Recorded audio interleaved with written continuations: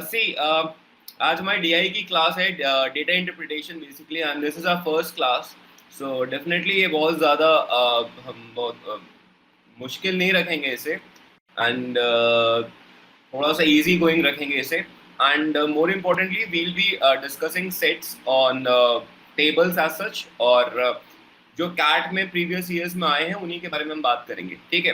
सो सी data interpretation का मतलब क्या हुआ? डेटा होता है आपके पास में, गिवन होता है, एक सेट ऑफ इंफॉर्मेशन होती है, और वो जो इंफॉर्मेशन आपको गिवन होती है वो डिफरेंट फॉर्मेट्स में हो सकती है. It could be in the form of tables, it could be in the format of pie charts, bar graphs, line graphs हो सकते हैं, केसलेट्स हो सकते हैं. ठीक है. और भी डिफरेंट फॉर्मेट्स होते हैं डेटा को रिप्रेजेंट करने के. Right. So see as such formats different different होंगे. हम जैसे हम आगे भी देखेंगे, अगर हम क्लासिफिकेशन करेंगे डीआई की क्लासेस को, तो टेबल्स जैसे एक क्लासिफिकेशन इसलिए हो गया क्योंकि एक फॉर्मेट है डेटा को रिप्रेजेंट करने का. उसी तरीके से पाई चार्ट्स होगा, पढ़ेंगे हम लोग, बार ग्राफ्स पढ़ेंगे, लाइन ग्राफ्स हो गए, ये डिफरेंट फॉर्मेट्स है. राइट.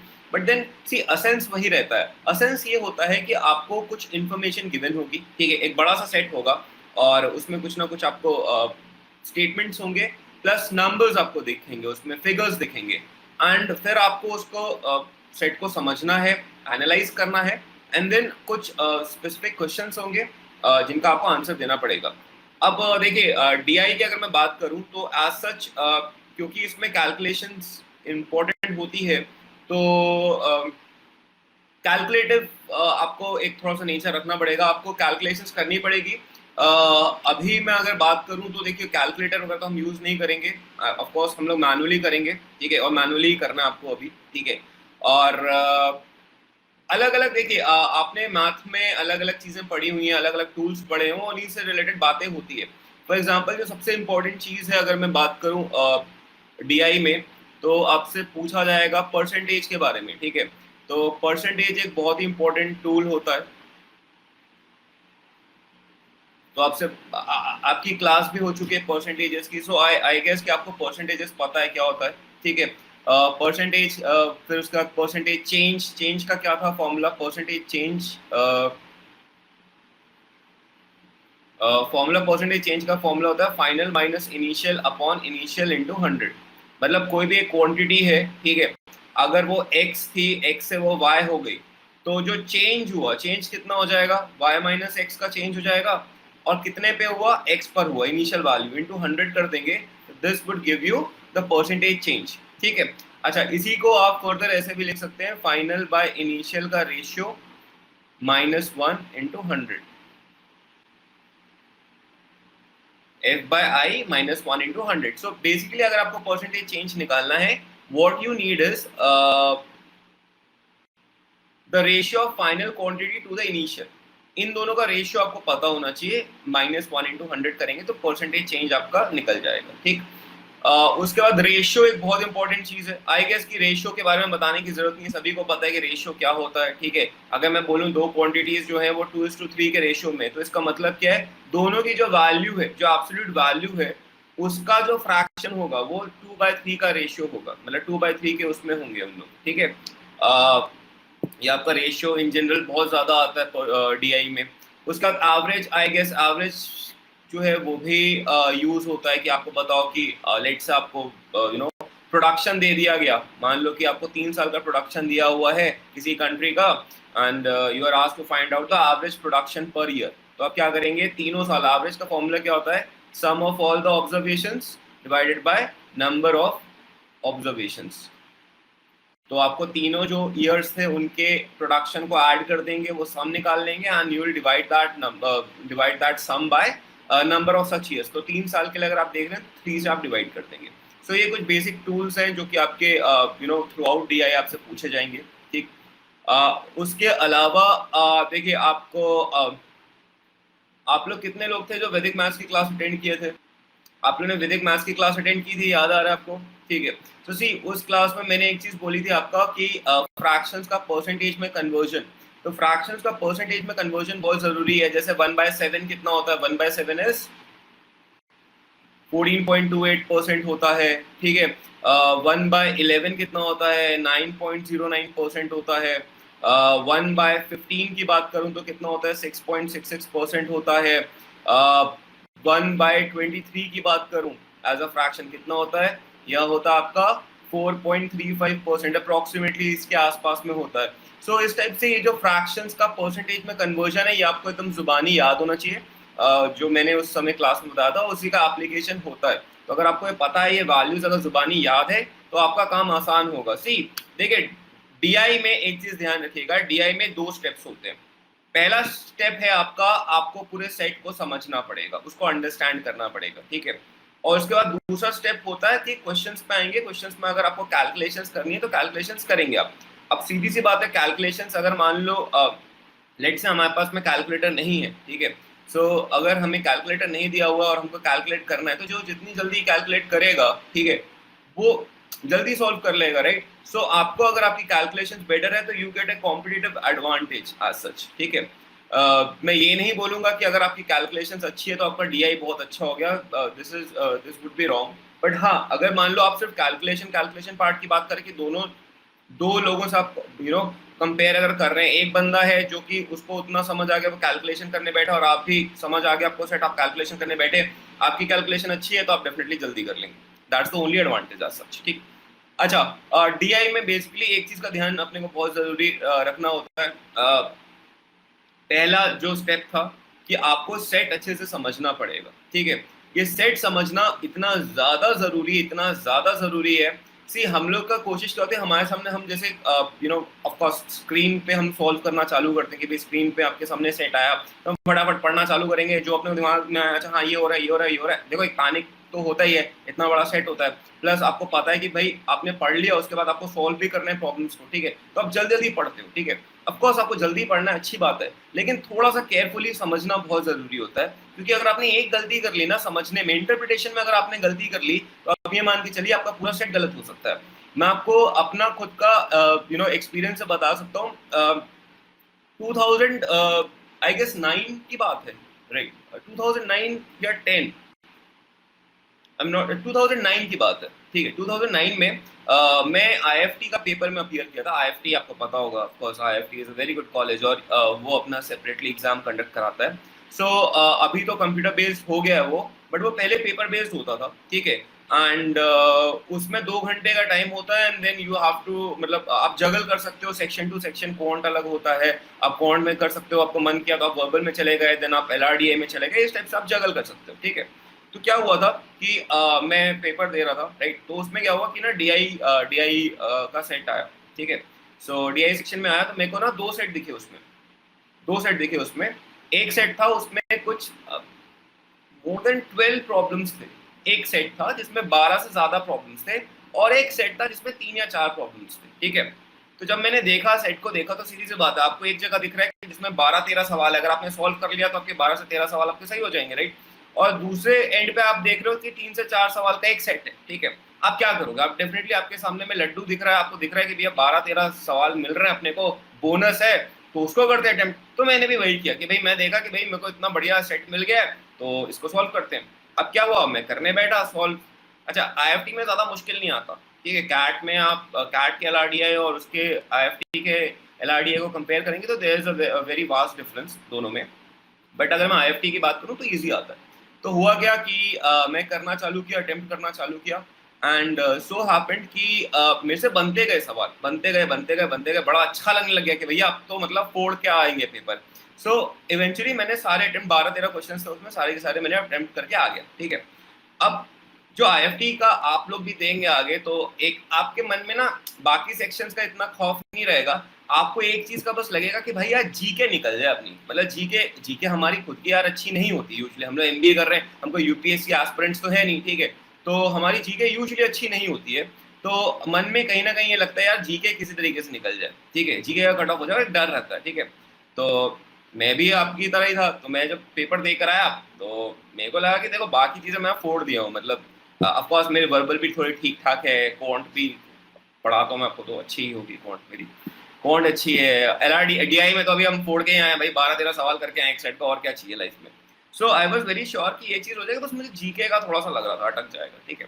अब क्या हुआ कि जितने भी इंस्टीट्यूट्स हैं आपके, उन लोग ने अपनी कीज वगैरह निकाल दी रात को, ठीक है। अच्छा, इसमें ज्यादा कट ऑफ नहीं जाती थी, मतलब IIFT में ज्यादा कट ऑफ पहले भी नहीं जाती थी, अभी भी इतनी ज्यादा नहीं जाती। तो क्या हुआ कि मैं करने बैठा, मैं सबसे पहले जीके पे गया क्योंकि जीके का खौफ था मेरे को, तो मैंने जीके के देखे आंसर्स देखे, तो मेरे 4-5 क्वेश्चन सही हो गए। तो मतलब उसमें मतलब कट ऑफ ही, जीके की कट ऑफ बहुत कम जाती है, कुछ 0.8 मार्क्स, 1 मार्क, 8 मार्क्स इस टाइप से जाती है। तो मेरे उसमें आराम से 1.5 या 1.75 के आसपास बन रहे थे, सो आई वाज कंफर्टेबली थ्रू, उसमें हो गया ठीक। फिर मैं गया कोंड में, देखा तो उसमें भी सही हो गया। वर्बल, फिर नेक्स्ट वर्बल का आता है, क्योंकि कितना आप कुछ भी बोलो भाई, वर्बल में आप you are not very sure कि यार सही है कि नहीं है। कितने भी अच्छे आप स्टड क्यों ना हो, कहीं ना कहीं अपने को लगता है यार गलती हो सकती है, ठीक है, अपन गलत इंटरप्रेट कर लिए, so it could happen. Verbal में भी मेरा सही हो गया। अब आई भाई डीआई की बात हो, डीआई में तो आई वाज वेरी श्योर कि भैया मैंने 12 किए, अब तो मतलब हो गया, मतलब एक तरफा मेरे को तो कॉल आने वाली है, ठीक है। जब मैं करने बैठा, मेरा पहला सवाल गलत, दूसरा गलत, तीसरा गलत, चौथा गलत, ऐसे लाइन से गलत होते गए, बीच में एक का सवाल मेरा सही हो गया, अब बाकी सारे गलत, ठीक है। मेरा जमीन खसक गई कि भाई ये जो चीज थी, मतलब डीआई एक ऐसी चीज थी जो कि मैं एक्चुअली में फोड़ के आया हूं, और उसमें साले लाइन से पूरे गलत हो गए। तो फिर उसके बाद में जाके मैं, मतलब दिमाग तो एकदम घूम गया, ठीक है।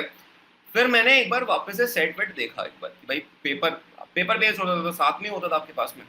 जब मैंने पढ़ा तो मुझे समझ आया कि मैंने एक स्टेटमेंट मिस कर दिया था, और उस एक स्टेटमेंट की वजह से मेरा पूरा जो इंटरप्रिटेशन था, जो मैंने उसे इंटरप्रेट किया था उस सेट को, पूरा गलत हो गया। अच्छा, अब बढ़िया बात, रोचक बात ये देखिए कि मैंने गलत समझा, मैंने सॉल्व किया, और जो मेरा आंसर आया वो ऑप्शन में भी था। आप समझ रहे बात को, कि भाई ऐसा भी तो हो सकता था कि भाई मैंने सॉल्व किया, मेरा आंसर आया और वो ऑप्शन में नहीं होता, तो मैं समझ जाता यार मैं कुछ गलती कर रहा हूं, मैं वापस से पढ़ता। लेकिन यहाँ पर देखिए कितना बड़ा इन्होंने ट्रैप रखा था, कितना बड़ा झोल है, कि मैंने तो आंसर निकाला, वो ऑप्शन में भी, और सारे लाइन से बाकी के भी आप ऑप्शन आ रहे हैं सारे के सारे। तो इसका मतलब ये है कि वो आपके दिमाग के साथ खेलते हैं कि अगर मान लो लेट से इन्फॉर्मेशन मिस कर दिया या कुछ ऐसा कर दिया, मेरी तरह ऐसा होगा, ऐसी जनता होगी, तो उन्होंने ऑप्शन भी इस टाइप से रखे हैं कि बंदा मार्क करेगा, गलत होगा। सो इस पूरे एक्सपीरियंस से मैं आपको ये बोलना चाह रहा हूँ कि सेट को समझना इज वेरी इंपॉर्टेंट, ठीक है। आपको भले थोड़ा सा टाइम लग रहा हो कैलकुलेशन में, इट डजंट मैटर मच। अगर आपको सेट समझ आ गया तो ठीक है, नहीं आया तो कितना भी आप प्रयास कर लो, वो 10 मिनट 15 मिनट जितना भी आप टाइम दे रहोगे, वो पूरा का पूरा वेस्ट होगा, नेगेटिव आएगा। वो उस टाइम को कहीं आप और यूटिलाइज कर सकते थे, पूरा गेम ओवर हो सकता है। सो प्लीज ध्यान से, तमीज से सेट्स को पढ़िएगा, ठीक है। अब एक चीज और होती है, देखिए बेसिकली इसमें एक होता है सिंपल एनुअल ग्रोथ रेट।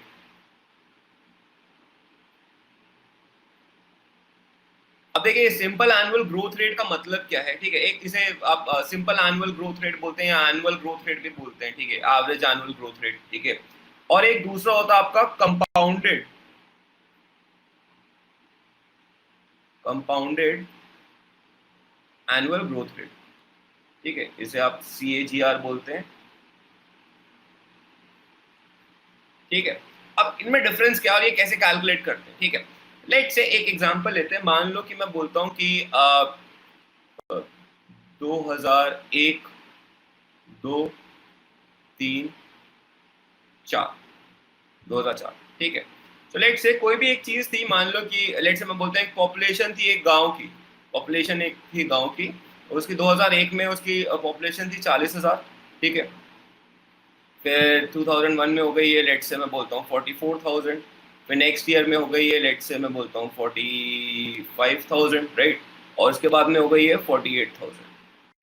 कुछ इस तरीके से प्रोग्रेशन चला, ठीक है।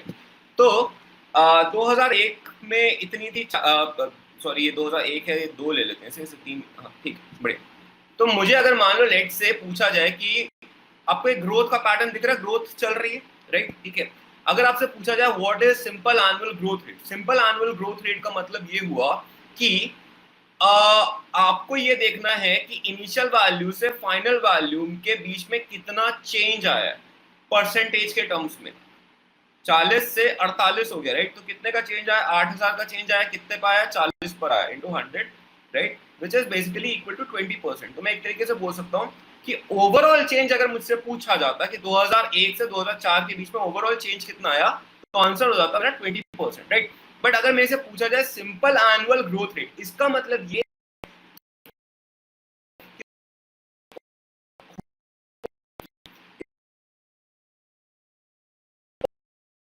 तो हर साल की एवरेज अगर मैं देखूं तो क्या होगा, बेसिकली आप यहां से देखिए 1 2 3 ऐसे 3 इंटरवल आ रहे हैं, 3 इंटरवल आ रहे हैं, तो आप क्या करोगे, इसे बाय 3 कर दोगे तो आंसर हो जाएगा 6.66%। तो मैं बोल सकता हूँ 6.66% के सिंपल एनुअल ग्रोथ रेट से population of the town increase हो रही है। गांव की जो आबादी है वो 6.66% के ग्रोथ रेट से, एनुअल ग्रोथ रेट से, एनुअल मतलब पर ईयर। सी ये ओवरऑल थी, उसको आपने क्या किया, उसको आपने 3 में हिस्सों में डिवाइड कर दिया, 3 पार्ट्स में। अंकन कुछ पूछ रहे हैं, बताइए अंकन क्या बोल रहे हैं। कोई नहीं, कोई इशू नहीं है, ठीक है चलिए। सो ये समझ आया सबको, ये कैसे आया, ये सिंपल एनुअल ग्रोथ रेट क्या होता है, ठीक। अब इसी का अगर मान लो पूछा जाए what is CAGR, compounded annual growth rate. अब ये बिल्कुल वही चीज है जो आपने पहले अभी कल ही शायद आपकी क्लास हुई थी, कंपाउंड इंटरेस्ट और सिंपल इंटरेस्ट की, राइट, ठीक है। तो ये बेसिकली अब क्या हो रहा है, कंपाउंडेड एनुअल ग्रोथ रेट निकालना आपको, ठीक है। तो आपका फॉर्मूला क्या होता था, amount is equal to P into 1 plus R by 100 की पावर n, यही होता था फॉर्मूला हमारा, ठीक है। तो अब बेसिकली यही हो रही है। अब ये जो अमाउंट है वो दैट इज 48, जो फाइनल वैल्यू है, ये इनिशियल वैल्यू है। तो अब आप क्या करेंगे, इसमें 48 is equal to 40 into 1 plus R, आपको यही ग्रोथ रेट ही निकालना है, R बाय 100 की पावर। अब कितनी, अगेन यहाँ पर इंटरवल कितने हो जाएंगे, 3 इंटरवल्स हो जाएंगे। तो आप इसको सॉल्व करेंगे तो R की वैल्यू जो आएगी दैट इज योर CAGR। मुझे नहीं पता वो कितनी वैल्यू आ रही है, आपको सॉल्व करना पड़ेगा, बट दिस R, ये जो रेट ऑफ इंक्रीज होगा वो आपका कंपाउंडेड एनुअल ग्रोथ रेट, ठीक है। दोनों में डिफरेंस समझ आ गया, सिंपल एनुअल ग्रोथ रेट क्या होता है और कंपाउंडेड एनुअल ग्रोथ रेट क्या होता है, कैसे निकालते हैं इवेंचुअली। क्लियर है सबको, ठीक, बढ़िया। अच्छा, अब देखो CAGR उत्पल क्या होता है, CAGR मतलब ये हुआ कि आपको कंपाउंडेड एनुअल ग्रोथ रेट निकालना है, ठीक है। अब आपने कंपाउंड इंटरेस्ट का जो फॉर्मूला था वही चीज लगानी है यहाँ पर, कि amount is equal to principal into 1 plus R by 100 की पावर n, यही होता था। तो यहाँ पर देखिए जो प्रिंसिपल है, जो इनिशियल वैल्यू है वो है 40,000, राइट, और जो लास्ट वैल्यू है, फाइनल वैल्यू है 48,000 विच इज द अमाउंट। तो इस फॉर्मूले में हम डाल देंगे यही वाला जो फॉर्मूला है, 48 equal to 40 into 1 plus R by 100 की पावर 3 इसलिए क्योंकि 3 पीरियड्स है, 3 इंटरवल्स है, ठीक है। सी एक चीज ध्यान रखिएगा, देखिए ऐसे मत करिएगा 2001 2002 2003 2004, आपको लगेगा ये 4 साल है, ये 4 साल नहीं है, ये 4 साल तो ठीक है, नंबर वाइज सही है, लेकिन वो जो इंटरवल है, आपको इंटरवल देखना है, वो पीरियड देखना है कितना है, तो वो 3 ही है। बात समझ रहे हो, गलती मत कर देना इसको डिवाइड बाय 4 कर दिया, ये डिवाइड बाय 3 होगा, डिवाइड बाय 4 नहीं होगा, ये ध्यान रखना, ठीक है। बाकी अब क्या होता है कि देखिए एक छोटी सी चीज है जिसको मुझे लगता है समझते हैं, ठीक है, बहुत तूफानी नहीं है बट इजी है, ठीक। सी लेट से मुझे 23/74 निकालना है, ये कितने परसेंट है, कितने परसेंट है, ये मुझे फिगर आउट करना है। व्हाट इज 23 डिवाइडेड बाय 74, ठीक है। तो एक तरीके से आप कैसे करोगे, आप 23 को 23 को 74 से डिवाइड करोगे, इंटू 100 कर दोगे, राइट, यही आपका आ जाएगा, है ना। 23/74 इंटू 100 करेंगे, I don't know what the value, but आपकी जो भी वैल्यू होगी वो आ जाएगी, ठीक। अब देखिए मैं प्रोसेस समझा रहा हूँ आपको कि बेसिकली इसको करना कैसे आपको, ठीक है, उस पर फोकस करना है हमको। सी आप ये देखिए, आराम से देखिएगा, फिर हम प्रैक्टिस भी करेंगे थोड़ी इसकी। सी आप ये देखिए, जो डिनोमिनेटर है, डिनोमिनेटर कितना है, 74 है, राइट, डिनोमिनेटर है 74। तो देखिए 10% ऑफ 74 कितना हो गया, 7.4 हो गया, मानते। 1% ऑफ 74 कितना हो गया, 0.74, करेक्ट। बात समझ आ रही है। तो हम इन्हीं वैल्यूज के साथ में खेलेंगे अभी, 10% 1%, इसी को स्टैंडर्ड लेके चलेंगे और इन्हीं के साथ में चलेंगे, ठीक। तो आप ये देखिए कि जो डिनोमिनेटर है 74 का 10% है 7.4। अब ये 7.4 को कितनी बार मुझे मल्टीप्लाई करना चाहिए कि मैं 23 के पास में पहुंच जाऊं। मुझे ये फिगर आउट करना है कि 10% ऑफ 74 इज 7.4, 7.4 को कितनी बार मैं मल्टीप्लाई करूं कि मैं 23 के आसपास पहुंचूं। तो डेफिनेटली 7 3 21 होता है, तो मेरे को समझ आ रहा है कि इसको मेरे को 7.4 को 3 से मल्टीप्लाई करना पड़ेगा एक बार, ठीक। तो ये कितना हो जाएगा तुम्हारा 22.2 आ जाएगा, राइट। तो ये 22.2 आ गया, ठीक। तो इसका मतलब ये है कि देखिए मैं इसी को ऐसे लिख सकता हूं कि 22.2 प्लस 0.8 हो गया, मैं इसी को ऐसा कुछ लिख सकता हूँ, राइट। और ये जो चीज है दिस दिस इज बेसिकली 7.4 को आप 3 गुना किए हो, मतलब आपने 10% को 3 बार किया, तो दिस इज बेसिकली 30%। मैं डायरेक्टली बोल सकता हूँ कि अब ये जो वैल्यू है ना overall 23 plus 74, 23/74, this is approximately equal to 30%। लेकिन अब मुझे थोड़ा सा और एग्जैक्ट पे जाना है, तो अब मैं देखूंगा 0.8 आ गया। अब मुझे देखना है कि ये 0.8 जो है वो कितना है, कितना कॉन्ट्रीब्यूट कर रहा है और एक्स्ट्रा। ठीक है, तो यहाँ पर देखिए हमने 10% तो यूज कर चुके हैं, 10% हम एग्जॉस्ट कर चुके हैं। अब क्या आएंगे हम 1% पे आएंगे। अब आप देखिए 1% ऑफ 74 कितना है 0.74, तो 0.74 को मैं कितनी बार यूज करूं कि मैं अप्रोक्सीमेटली 0.8 के आसपास पहुंचूं। डेफिनेटली मुझे इंटू 1 करना पड़ेगा, एक ही बार यूज कर सकता हूं इसे। तो आंसर जो हो जाएगा ये आपका 31% के आसपास में आएगा। आंसर 31% से थोड़ा सा ज्यादा होगा, but I can say 31% approximate value. बात समझ आ रही है? कैसे निकालना है आपको? आपको डिनोमिनेटर जो है, डिनोमिनेटर का 10%, 1% इस टाइप से चलना है। ठीक है, तो आपने क्या किया कि भाई इसका 10% देगा 7.4 आया, लेकिन 7.4 आपको 23 तक पहुंचना है, राइट? सी ऐसे देखो, आपके पास में आ रहा है 23। चलो एक छोटा एग्जांपल लेते हैं, लेट से। ठीक है, मुझे एक बात बताओ, मेरे को 20/40 करना है, ये कितने परसेंट होगा? कितने परसेंट होगा 20/40? कितने परसेंट होगा? 50% होगा, ये सभी सभी मानते हैं, राइट? ठीक है, ये 50% आया कैसे? ऐसे सोचो, ये जो डिनोमिनेटर है, डिनोमिनेटर का 10% कितना हो गया? 10% इज बेसिकली आपका 4 हो गया। अब मैं देखूंगा इसको मुझे कितनी बार मैं मल्टीप्लाई करूं सो दैट मैं इसके आसपास पहुंच जाऊं 20 के। तो डेफिनेटली मैं 5 बार इसको मल्टीप्लाई कर रहा हूं ना, तो इसका मतलब मैं 10% को भी 5 बार मल्टीप्लाई कर रहा हूं, तो आंसर इसलिए कितना हुआ 10 इंटू 5, बेसिकली 50% हो गया ये, राइट? लेकिन अब इसी को मान लो चेंज मैं ऐसे कर दूं कि लेट से मैं बोलता हूं कि मुझे 22/40 निकालना है कि कितने परसेंट है।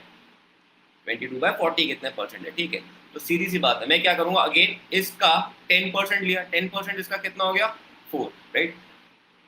4 को कितनी बार मल्टीप्लाई करेंगे? 5 बार मल्टीप्लाई करेंगे, राइट? तभी इसके पास में आएंगे, तो दिस बिकम्स बेसिकली 20, राइट? तो ये 20 + 2 हो गया एक तरीके से। और ये जो पार्ट है ये तो अभी आपने देखा कि कितना है 50% हो गया। तो इसका मतलब है अब मुझे ये जो एक्स्ट्रा 2 आ रहा है, ये एक्स्ट्रा 2 ये कितने परसेंट कंट्रीब्यूट कर रहा है? तो उसके लिए मैं क्या करूंगा भाई, 40 का देखिए 10% तो आपने देख लिया कि 4 होता है, 1% कितना हो जाएगा 40 का? ये हो जाएगा 0.4। मानते हैं इस चीज को? ये कितना हो गया 1% इज 0.4। तो 0.4 को मुझे कितनी बार अब यूज करना पड़ेगा सो दैट मैं 2 के आसपास 2 पे पहुंचूं? तो ये अगेन 5 से मल्टीप्लाई करोगे, ठीक है? तो ये कितना हो गया, ये 5% हो गया। तो बेसिकली ये जो 2 है वो एक्स्ट्रा आपको 5% कॉन्ट्रीब्यूट कर रहा है, तो आंसर कितना आ जाएगा 55% आ जाएगा। अभी क्लियर है थोड़ा सा? ठीक है, सी आपको डिनोमिनेटर का बस 10%, 1% इस टाइप से चलना पड़ेगा, ठीक है? और उसी के बेसिस पे आप कैलकुलेट करते जाओगे। सभी को क्लियर है ना? आप निकालिए 19/67, ठीक है? अप्रोक्सीमेट निकालना है, मतलब सी अब एकदम भी डिटेल में नहीं जाना है, एकदम घुसना अपने को, थोड़ा सा approximate up to 1 place of decimal type से आप निकाल सकते हो। दूसरा आप निकालिए 133/249, लेट्स से, ये निकालना है अपने को, ठीक है? कैलकुलेटर यूज नहीं करना, अपने को दिमाग लगा के करना है भाई, नहीं तो पर्पस डिफीट कर देंगे हम लोग। करिए, दोनों की वैल्यू निकालिए कितनी आ रही है, अप्रोक्सीमेटली कितनी आ रही है। पहले का आप लोग बता रहे हो 29%, ओके? सेकंड का 29%, फर्स्ट का 29 ना, फर्स्ट का 28 आ रहा है, ठीक है? 29 एक्सीड कर जाएगा? नहीं नहीं नहीं, मेरे ख्याल से नहीं करेगा, 28 पॉइंट समथिंग आएगा। चलो देख लेते हैं यहाँ पर क्या हो रहा है। फर्स्ट वाले में आप 67 का 10% कितना हो गया, यहाँ पर लिख लेते हैं। 10% हो गया बेसिकली 6.7, और 1% कितना हो गया 0.67, करेक्ट?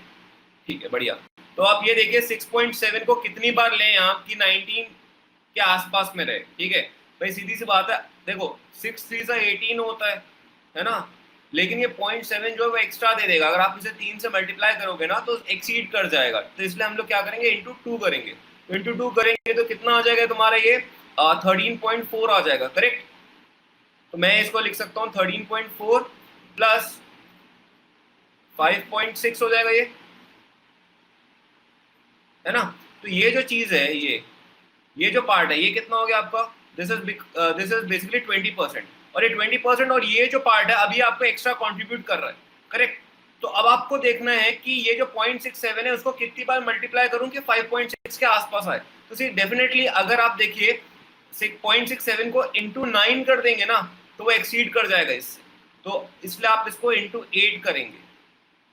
इंटू 8 करोगे तो कितना आ जाएगा, 56 5 48 53, 5.36 आ जाएगा। तो बस आपको ये 8% के आसपास करेगा, प्लस आएगा समथिंग समथिंग मोर, तो आंसर होगा 28% प्लस समथिंग, बस प्लस मतलब बिल्कुल उसके आसपास में ही होगा, ठीक है। 29% से कम होगा, 28% से ज्यादा होगा, समथिंग लाइक दैट, ठीक है।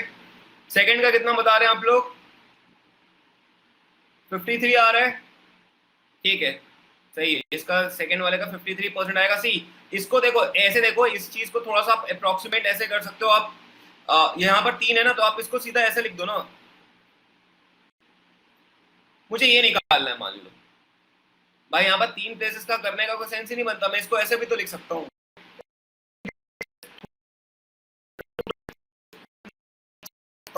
तो बेसिकली मुझे 13.3 और 25 को देखना है, ऐसा करना है इसे, बात समझ आ रही है। तो अब आप क्या करिए, अब आप 25 है, 25 को देख लो, और उसका 10% कितना हो गया 25 का, हो गया 2.5, राइट। 2.5 को कितनी बार मल्टीप्लाई करेंगे, तो इनटू अपने को 5 बार करना पड़ेगा, तो 12.5 आएगा। तो बेसिकली हो जाएगा 12.5 प्लस 0.8 आ जाएगा, राइट। तो ये वाला पार्ट तो कितना हो गया आपका, दिस इज 50%, 5 बार 10% को आपने 5 बार लिया, तो कितना हो गया, 50% हो गया। एंड ये जो 0.8 है, 0.8 के लिए आप क्या करेंगे, 25 का आप 1% देखिए, 1% कितना हो गया, 0.25, 0.25 को कितनी बार लेंगे हम, 0.8 के आसपास आ जाए, तो इंटू 3 करना पड़ेगा, तो 0.75 आ जाएगा, तो इसलिए वो अप्रोक्सीमेटली 3% और ऐड हो जाएगा, तो आंसर आ जाएगा आपका 53% के आसपास।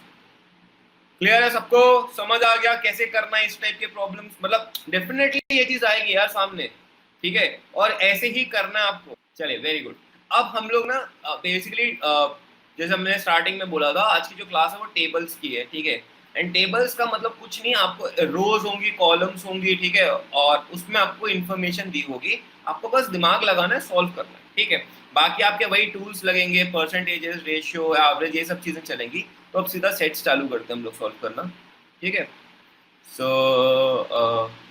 ठीक है, बढ़िया, तो चलिए चालू करिए, ट्राई करिए। इजी सेट है, सबसे होना चाहिए, बस कैलकुलेशन कैलकुलेशन करनी है इसमें।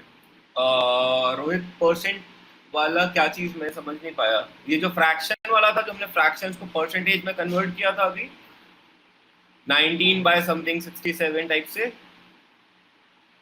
ठीक है। यही देख लेते हैं हम लोग, ठीक है। सी फॉर एग्जाम्पल, अगर मान लो मुझे, लेट से मैं बोल रहा था एग्जाम्पल, ये तो मेरे को 23/74 निकालना है, कितना होता है, ठीक है, एज अ परसेंटेज। तो आप क्या करेंगे, आप डिनोमिनेटर को देखिए, डिनोमिनेटर इज 74, 1% इज 0.74। अब आप देखिए ऊपर में कितना आ रहा है, 23। तो आप ये देखिए कि 7.4 को कितनी बार आप मल्टीप्लाई करें कि आप 23 के पास पहुंच जाए, राइट। आपको पता है 7 3 21 होता है, राइट। तो डेफिनेटली इसको मुझे इंटू 3 करना पड़ेगा, राइट। तो मैं इसको बोल सकता हूँ कि 7.4 इंटू 3 कर दूँ अगर मैं, तो this comes out to be how much, 22.2, correct. तो एक तरीके से देखो कि ये जो है 23, दैट इज बेसिकली 22.2 प्लस 0.8 बच जाएगा इसमें, है ना। और ये जो चीज है, दिस इज बेसिकली 30%। अभी हमने देखा 3 से मल्टीप्लाई कर रहे हो, 7.4 मतलब 10%, 10% को 3 से कर रहे हो 30%। अब ये जो है, ये 0.8, ये एक्स्ट्रा कुछ दे रहा है, ये एक्स्ट्रा कितना दे रहा है, अब आप 1% पे आएंगे, क्योंकि आप 10% यूज कर चुके हो। अब 1% बेसिकली 0.74 है, 0.74 को कितनी बार करना पड़ेगा, एक ही बार करना पड़ेगा ना, तभी तो आप 0.8 के पास आओगे, तो ये हो गया 1%। तो अप्रोक्सीमेटली आंसर हो जाएगा 31%। अभी समझ आया रोहित कि कैसे किया हमने। फर्स्ट का कितना आ रहा है आंसर, बी बोल रहे हैं भाई, नहीं फर्स्ट का ए, क्या आ रहा है फर्स्ट का आंसर, हिमांशु बोल रहा है फर्स्ट का ए, सेकंड का B. Not sure of the answers, देखते हैं बाकी क्या आ रहा है।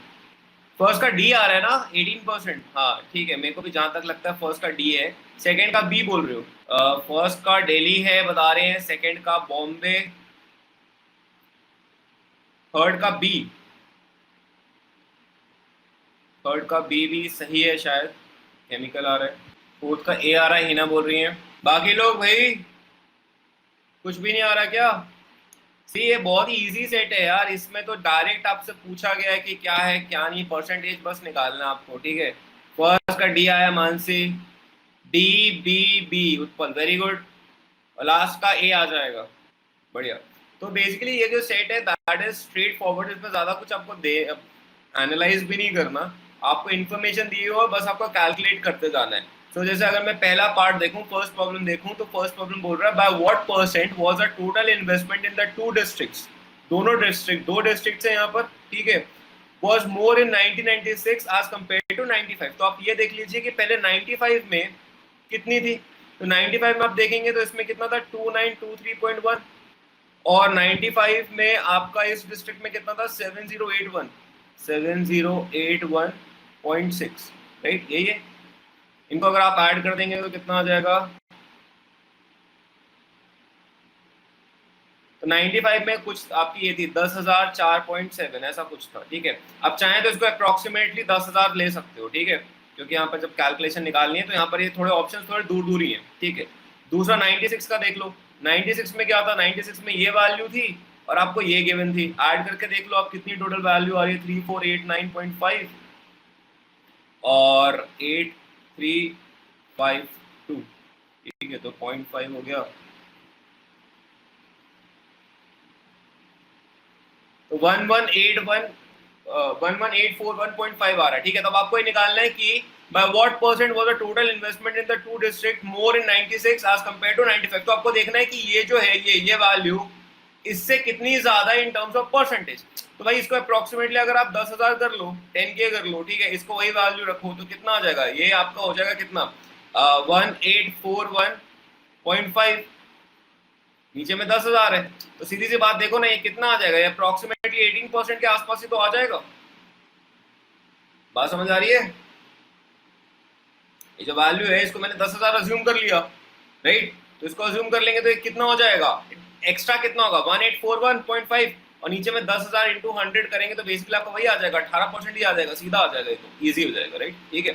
तो और ये 18% इसलिए होगा क्योंकि देखियो यहाँ पर मैंने एक चीज करी है, मैंने ये जो वैल्यू है उसको मैंने रिड्यूस किया है, इसको मैंने रिड्यूस किया है, राइट, तभी ये डिफरेंस भी बढ़ा ऊपर वाली चीज और नीचे वाला डिनोमिनेटर भी आपका घटा है, तो ओवरऑल इसलिए मेरा 18% से ज्यादा आ रहा है, तो जस्ट उससे थोड़ा कम देखेंगे तो 18% पे आ जाएगा। उसी तरह आपको बाकी को भी देखना था, investment in electricity thermal in 95 in these two cities, ठीक है, वही चीज आपको कैलकुलेशन करनी है इसमें, और मेरे ख्याल से आंसर आ जाएगा, समझाने की जरूरत तो नहीं है ना एक एक सवाल को, भी हो जाएगा कि नहीं हो जाएगा ये बता दीजिए मुझे, अगर आप बोलेंगे तो मैं बता दूंगा, एक एक प्रॉब्लम को मैं एक्सप्लेन करते चले जाऊंगा, बट मुझे लगता है बहुत स्ट्रेट फॉरवर्ड है, बस आपको कैलकुलेशन करनी है, राइट, ठीक है। चले नेक्स्ट सेट पे चले, ठीक है, चलो नेक्स्ट सेट देखते हैं फिर, राइट, ठीक है। तो ये प्रॉब्लम करिए, अगेन ये कैट में आया हुआ सेट है, आज हम लोग जितने भी सेट्स करेंगे कैट के प्रीवियस ईयर्स में आया हुआ है, ठीक है, एंड टेबल्स पर ही बेस्ड है। देखिए क्या आ रहा है आंसर, फर्स्ट का डी बता रहे हैं सभी, मतलब इनका आ गया आंसर, ठीक है, गुड। थर्ड का डी, ओके, सेकंड का कितना आ रहा है बी बॉम्बे, ठीक है, और थर्ड का दिल्ली। देखिए पहला स्टेप इसमें इस पूरे सेट में करना आपको यही है कि आपको ये जो टेबल है वो जो मिसिंग स्पेसेस है, मिसिंग ब्लैंक्स, उनको फिल करना है। एक बार वो वैल्यूज आ जाएगी तो उसके बाद तो फिर हर एक क्वेश्चन को आप कैलकुलेट कर सकते हैं, आंसर निकाल सकते हैं, आई गेस। 1 मिनट का टाइम और आपके पास में, ट्राई करिए सभी, फिर मैं सोल्यूशन बताऊंगा। चलिए सोल्यूशन देख लेते हैं हम लोग। सी आपको सबसे पहले तो टेबल को फिल करना है, ठीक है, एक बार वो चीज हो जाएगी तो फिर बाकी आप इंडिविजुअली क्वेश्चंस को कर लोगे क्योंकि आपके पास इन्फॉर्मेशन होगी। आपको सबसे पहले ये दिया हुआ है कि देखिए जो फूड है वो 23% रिप्रेजेंट कर रहा है, देखिए ये टोटल एक्सपोर्ट्स है, उसका 23%, अगर मैं इसका 23% कर दूं तो वो वैल्यू कितनी आ जाएगी आपकी, वो आती है 5934 आती है कुछ, राइट, बिल्कुल सही, तो ये वैल्यू आ जाएगी 5934। अब आगे देखना, अब आपको दिया हुआ है इन 85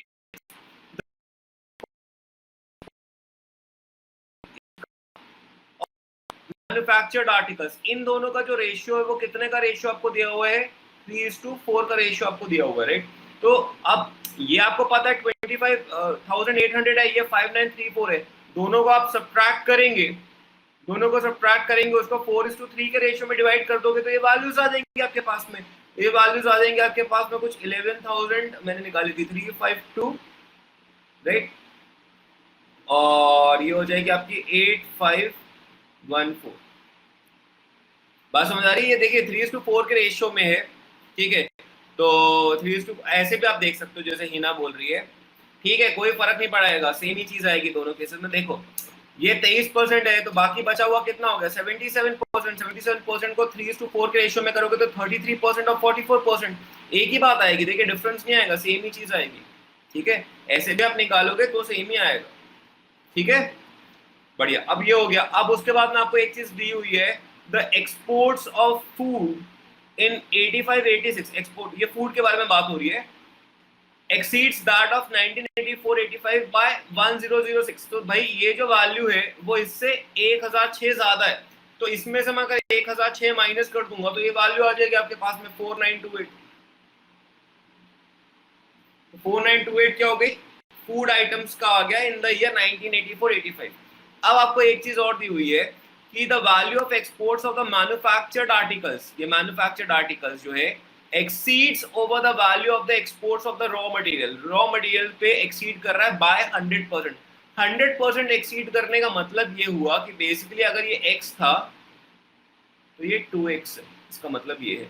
तो अब मुझे ये पता है, मुझे ये पता है, इन दोनों को सब्ट्रैक्ट कर दूंगा, 2:1 के रेशियो में डिवाइड कर देंगे तो वैल्यूज भी आ जाएंगी आपके पास में, क्या आ जाएंगे? 11648 और ये हो जाएगी आपकी 5824। कैलकुलेट किया था तो मैं इसलिए लिख रहा हूँ, डायरेक्टली नंबर्स लिख रहा हूँ मैं, ठीक है, वो आप लोग कर ही सकते हैं, ठीक है। तो आपके पास में सारी वैल्यूज आ गई। अब आपको क्या करना, हम आपको एक एक सवाल को इंडिविजुअली लेते चलो और सॉल्व करते रहो, आंसर आते जाएंगे आपके सारे, ठीक है। तो ऑर्डर क्या आ रहा था अपना? फर्स्ट का हमारा आंसर कितना बता रहे हो आप? डी बता रहे हो। सेकंड का कितना था? सेकंड का क्या आया था? बी। और थर्ड का again D, right? D B D, correct. तो ये ऑर्डर आएगा, चेक कर लेना आप लोग सभी। अब ये वैल्यूज आ गई, once the values have come, अब आप सॉल्व कर सकते हैं, ठीक है। हाँ थर्ड का देख लेते हैं, ऑप्शंस देख लेते हैं। थर्ड सवाल जो था अपना, एक मिनट, ये थर्ड वाला। हाँ उत्पल, देखिए एमए को आपने एक्स कर दिया था, नहीं उसको, नहीं नहीं नहीं उल्टा कर दिया आपने, वो 2x है, ठीक है, ठीक है। तो क्लियर है सभी को प्रॉब्लम? ये सेट समझ आ गया? तो कोई लोड तो नहीं है? मैंने कैसे डिवाइड किया था परसेंटेज को, आपको देखो वेरी इजी था। वो आपको दिया था कि दिस इज 23%, तो बाकी ये जो थे रिमेनिंग वो कितने हो जाएंगे? 77% हो जाएंगे। 77% जो है वो 3:4 के रेशियो में डिवाइडेड है, तो बेसिकली इसका 3/7 ये हो गया। सॉरी उल्टा है, 3:4, ये 3:4 ये दिया हुआ आपको, तो 77% इंटू 3/7 कर देंगे तो दिस इज बेसिकली 33%, और ये कितना हो जाएगा आपका? 44% हो जाएगा।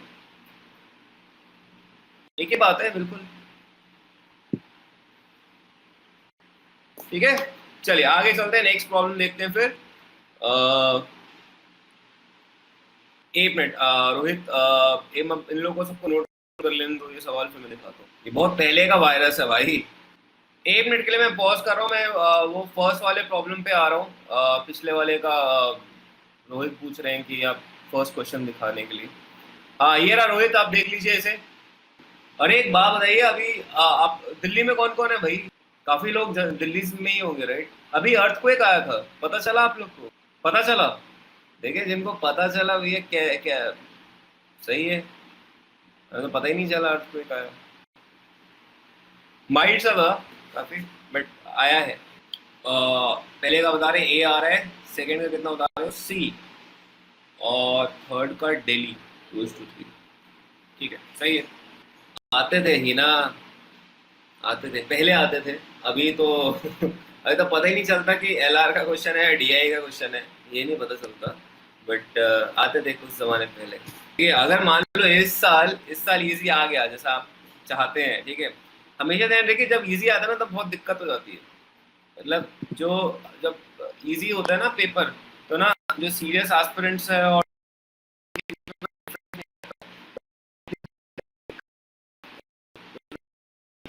उठा के आएंगे और उनका पेपर देंगे और उनका अच्छा हो जाएगा, तो दिक्कत है। तो डिफिकल्ट होना एक अच्छी चीज होती है, उसमें ज्यादा अच्छे चांसेस होते हैं, ये है। चलो एनीवे देख लेते हैं, ये आसान है, मुझे नहीं लगता इसमें ज्यादा कुछ लोड आना चाहिए, ठीक है। ऐसे देखिएगा, फटाफट देखते हैं। अपने को ये पता है कि फीमेल्स कितनी टोटल 32 फीमेल्स हैं, ठीक है, एंड आपको दिया 40% of the students are females. तो बेसिकली टोटल जितने भी थे गर्ल्स और बॉयज उसके 40% आर फीमेल्स। तो मैं बोल सकता हूँ 40% of the total, let's say total is T, that is equal to how much 32 girls के इक्वल हो जाएगा। टोटल का 40% इज गर्ल्स, राइट। तो टी आपकी वैल्यू कितनी आ जाएगी, 80 आ जाएगी, राइट, बिल्कुल। तो टोटल नंबर ऑफ स्टूडेंट्स जो हो जाएंगे वो कितने हो जाएंगे, 80 हो जाएंगे। तो अगर ये 80 है तो मेल्स कितने हो गए, 48 हो गए, ठीक। तो ये अभी हमने आइडेंटिफाई कर लिया, बढ़िया। अब half of the students are either excellent और गुड। अच्छा 80 टोटल स्टूडेंट्स है, उसका हाफ करेंगे तो 40 हो गया। तो 40 बच्चे जो हैं दे आर आइदर गुड और एक्सीलेंट। तो इसका मतलब है जो बाकी रिमेनिंग 40 है वो एवरेज हो गए, राइट। गुड और एक्सीलेंट के 40 है टोटल, तो ये 40 हो गए। और इसका मतलब है ये कितने हो गए, रिमेनिंग ये 10 हो गए, ताकि ये मिला के 40 हो गए, ये 40 हो गए, ठीक, बढ़िया। अब उसके बाद नेक्स्ट स्टेटमेंट है 1/3 of the male students were average. 1/3 of the male students कितने, 48। 48 का 1/3 करेंगे तो कितना हो गया, 16। तो 16 बच्चे जो थे वो 16 मेल स्टूडेंट्स वर एवरेज, तो ये 16 हो गया, करेक्ट।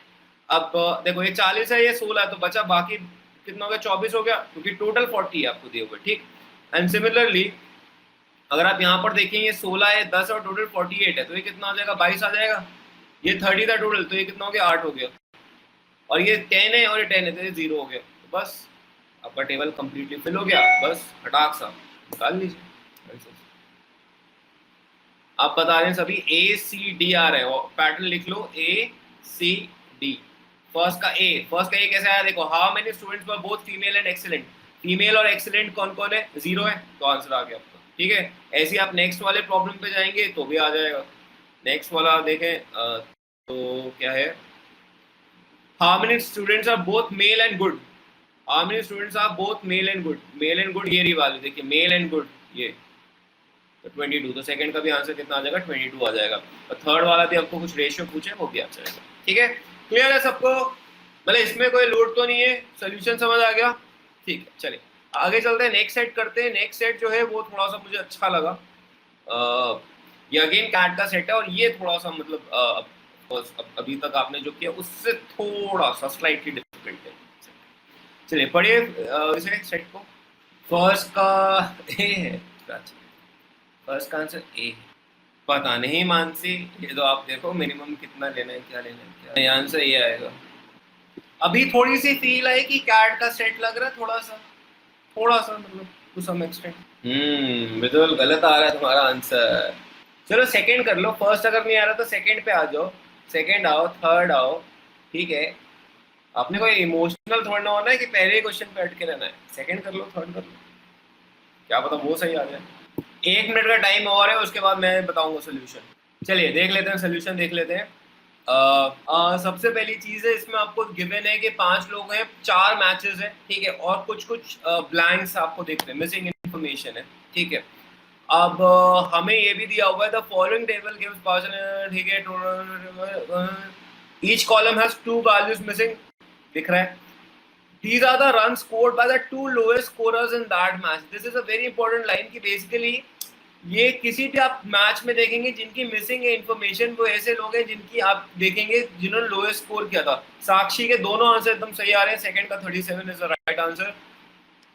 उसका दिया हुआ है none of the 2 missing values is more than 10% of the total run scored in that match. तो ये भी आपको पता चल रहा है जो मिसिंग वैल्यू है, ठीक है, मिसिंग वैल्यू जो है वो 10% of the total run score से ज्यादा नहीं हो सकती, तो मैक्सिमम जो है वो 10% ही हो सकती है, ठीक है, बढ़िया। आकाश सही आंसर ए आएगा। अब यहाँ पर देखो, गौर से देखो, सी आपको ये पता, फर्स्ट मैच के बारे में हम बात करते हैं। फर्स्ट मैच में अगर आप देखें तो अर्पित और चतुर इन दोनों की मिसिंग वैल्यूज है, राइट।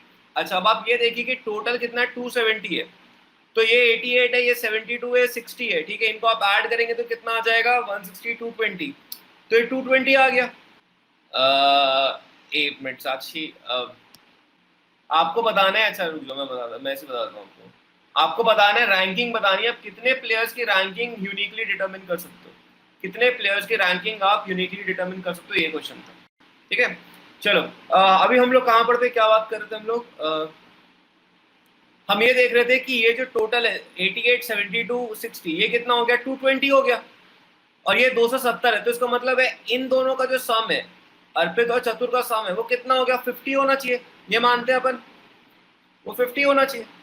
अब लेकिन एक चीज देखो, इन दोनों का जो सम है वो 50 होना चाहिए, और आपको दिया कि किसी की भी वैल्यू जो है, अर्पित या चतुर अगर मैं बात करूं, इनकी वैल्यू 10% ऑफ 270 विच इज 27, तो 27 से ज्यादा नहीं हो सकती है, राइट। तो ऐसे देखो कि इन दोनों का जो सम है अर्पित और चतुर का, वो आ रहा है 50 आ रहा है, करेक्ट, 50 है सम, और मैक्सिमम वैल्यू कोई भी ले सकता है, वो कितना, वो 27 है। तो एक तरीके से अगर मैं अर्पित को 27 दे दूं, मैक्सिमम दूं, तो चतुर को मैं मिनिमम 23 दे रहा हूँ। देखिए अगर मैं एक तरीके से ऐसे देखो, a plus B is a constant, अगर मैं बोल रहा हूँ, ठीक है, ये बात समझ आ रही है, अगर ये a और b का सम कांस्टेंट है, तो अगर मैं a को मैक्सिमाइज करूंगा तो b जो है वो मिनिमाइज होगा, ये ध्यान रखिएगा बात को। दो चीजों का सम अगर कांस्टेंट है, तो अगर आप a को मैक्सिमम कर रहे हो तो b मिनिमम हो रहा है, उल्टा भी ट्रू है, राइट। तो एक तरीके से अर्पित को 27 अगर मैक्सिमम दिया जाए तो इसे 23 मिलेगा, एंड इससे अगर मैं 23 दूं मिनिमम, तो इसको मिल जाएगा कितना, 27। तो एक तरीके से अर्पित को 23 से 27 की रेंज में मिल रहा है, बात समझिएगा, ठीक है। अर्पित को 23 से 27 के रेंज में मिल रहा है, और चतुर को भी 23 से 27 के बीच में उसने रन स्कोर किए। ये बात पल्ले पड़ी कि नहीं पड़ी सबको? अगर ये पॉइंट क्लियर है सबको तो फिर हम आगे चले, नहीं है तो मैं फिर से दोहराऊंगा, राइट। ये समझ आ गया, ठीक है, बढ़िया। अब ये वाले पे आओ, इस टेबल पर आओ, ये मैच 2 पर आओ। मैच 2 पे कितना, ये 300 है, ये कितना है, 100, 65, 75, इसका मतलब है इन दोनों का सम कितना होना चाहिए। अब आप देखिए, ये हो गया आपका 140 और ये 240, मतलब 60 होना चाहिए। चतुर और ई, इन दोनों का सम, ये वाला, ये कितना होना चाहिए, 60 होना चाहिए, करेक्ट। अब अगेन 300 का 10% कितना हो गया, 30। तो कोई भी बंदा जो मैक्सिमम वैल्यू ले सकता है वो 30 ले सकता है, और टोटल ये 60। तो भाई एक ही पॉसिबल केस बनेगा, ये 30 और ये 30 ही हो सकता है।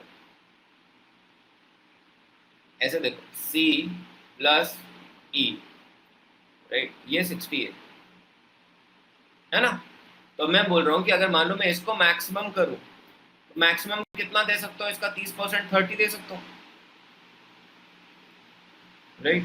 तो इसको अगर मैं 30 दे सकता हूँ तो ये भी तो 30 आ जाएगा। तो मैक्सिमम दे रहा था, मिनिमम हो गया। अगर मैं इसे वो करूंगा, मैक्सिमम करूंगा, तो इसे मिनिमम 30 आ जाएगा। तो बेसिकली इन दोनों की वैल्यूज 30-30 ही आ सकती है, और कोई वैल्यू नहीं आ सकती, ठीक। ट्विस्ट आएगा अभी थर्ड वाले में। थर्ड वाले में देखो, ये कितना, 240 है, इनको ऐड करो, ये कितना, 130 प्लस 70, आपका 200, 208। तो इसका मतलब है इन दोनों का जो सम है वो कितना होना चाहिए, 32 होना चाहिए। इन दोनों का सम 32 होना चाहिए, राइट। अब इसमें देखिए खास बात ये है कि भाई 240 है, 240 का 10% करेंगे तो कितना आ जाएगा, 24। तो मैं 24 नहीं ले सकता यहाँ पर। रीजन बीइंग कि देखिए आपको एक लाइन और दी हुई थी, these are the run scored by the two lowest scorers in that match. तो इनका जो रन होंगे वो 20 से तो छोटे होंगे ना, क्योंकि वो दो लोएस्ट स्कोरर्स है। तो मैं मैक्सिमम जो वैल्यू डाल सकता हूँ वो 19 डाल सकता हूँ। तो अगर मैं 19 दे रहा हूँ इसे, और टोटल है 31, ठीक है, तो ये वैल्यू कितनी हो जाएगी आपकी, 12, ठीक है ना। क्या करूँ, 12, ये कितना था, 31 था, 32 था, ये था 32 है ना। हाँ ये 32 है, राइट, ठीक है। तो अगर ये 32 है, ठीक है, और हमें 20 से छोटी वैल्यू रखनी है, ठीक है, तो हम 19 ही रख सकते हैं, राइट। अगर आप इसे 19 रखते हो तो ये कितनी हो जाएगी, 13 आ जाएगी, राइट। ये ऐसी रेंज बन जाएगी। ये 19 है तो ये 13 हो जाएगा, और ये 13 मिनिमम लोगे तो ये 19 हो जाएगा, ठीक है ना, क्लियर है। 19 13 के बीच में ले सकता है, 13 19 के बीच में ले सकता है, ठीक है। अच्छा इस वाले में बताइए क्या आ जाएगी। अब अगेन इसमें देखिए कितना, 53, 52, 56 है, ठीक है। तो कितना हो गया तुम्हारा, 150, 31 बचा, राइट। 20, अब तो इसमें कोई लोड नहीं है क्योंकि 200 का 10% देखेंगे तो 20, तो मैक्सिमम वैल्यू कितनी दे सकते हो, 20। तो इसकी वैल्यू आ जाएगी कितनी, 39 आएगा, सॉरी 39 आएगा, तो ये 19 हो जाएगा, और ये कितना हो जाएगा, ये 19 हो जाएगा, ये 20 हो जाएगा। तो इस तरीके से आएगा, ठीक है। तो 20 और 19, 19 या 20, ठीक है। सो बेसिकली आपने इसे ना एक रेंज एस्टैब्लिश कर दी, ठीक है। अच्छा अब एक काम और कर सकते हैं अपन, एक काम करते हैं, हम एक टोटल की भी रेंज बना लेते हैं कि भाई इनको जो टोटल का मिल रहा है उससे काम आसान हो जाएगा, ठीक है। ऐसे देखो,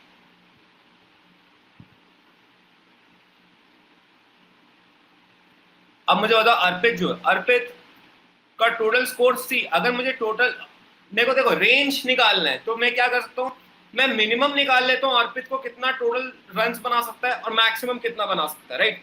तो इधर देखो 100 और 53 ये तो फिक्स्ड हो गया उसका, राइट। मैक्सिमम अगर मेरे को देखना है तो मैं 27 यहाँ पर लूंगा और मैक्सिमम यहाँ पर मैं 19 लूंगा, राइट। तो इसका अर्पित का मैक्सिमम कितना आ जाएगा, 199 आ जाएगा। और मेरे को अगर मिनिमम देखना है तो मिनिमम में क्या करूंगा, मैं यहाँ पर 23 लूंगा, 100 ये तो फिक्स्ड ही है, यहाँ 13 लूंगा, 53 लूंगा, तो ये आ जाएगा आपका कितना, 189। तो एक तरीके से अर्पित का स्कोर देखेंगे तो मैक्सिमम 199 हो गया, मिनिमम 189 हो गया। इसी तरीके आप सभी का अगर करोगे तो मैंने लिखा है ये कितना हो जाएगा, ये हो जाएगा 218 और ये हो जाएगा 227 224 सॉरी 224, ये आ जाएगा आपका 182 से 187। फिर इसके बाद नेक्स्ट बंदा था उसका कितना आ जाएगा, उसका फिक्स आ जाएगा, देखिए डी का जो है वो फिक्स्ड है, सारा सेम है, ठीक है। तो ये 223 आ जाएगा, ठीक है। और लास्ट वाले का कितना आ जाएगा, 187 से 188, ठीक है। ये आप लोग खुद भी कर सकते हो, यहाँ पर छोटी छोटी सी वैल्यू दिख रही है आपको क्योंकि स्पेस नहीं दिख रहा था मुझे इसलिए, ठीक है। बाकी चलिए अभी फर्स्ट प्रॉब्लम पे आते हैं, ये हमने अपने काम कर लिया थी। आपको दिया what is the maximum possible percentage contribution of Arpit in the total transport. देखिए टोटल ट्रांसपोर्ट तो कैसे निकाल लोगे आप, इनको सबको ऐड कर लोगे, इन सबको आप ऐड कर लोगे तो कितना आ जाएगा आपका 1010, ठीक है। टोटल आ गया, टोटल ट्रांसफर 1010 और अर्पित का मैक्सिमम कंट्रीब्यूशन कितना हो सकता है, 199, राइट। तो 199 बाय दिस इनटू 100 कर दीजिए आप, तो ये आपकी वैल्यू सीधा आ जाएगी 19.7। बात समझ आई, क्लियर है? पहला सवाल क्लियर है सबको?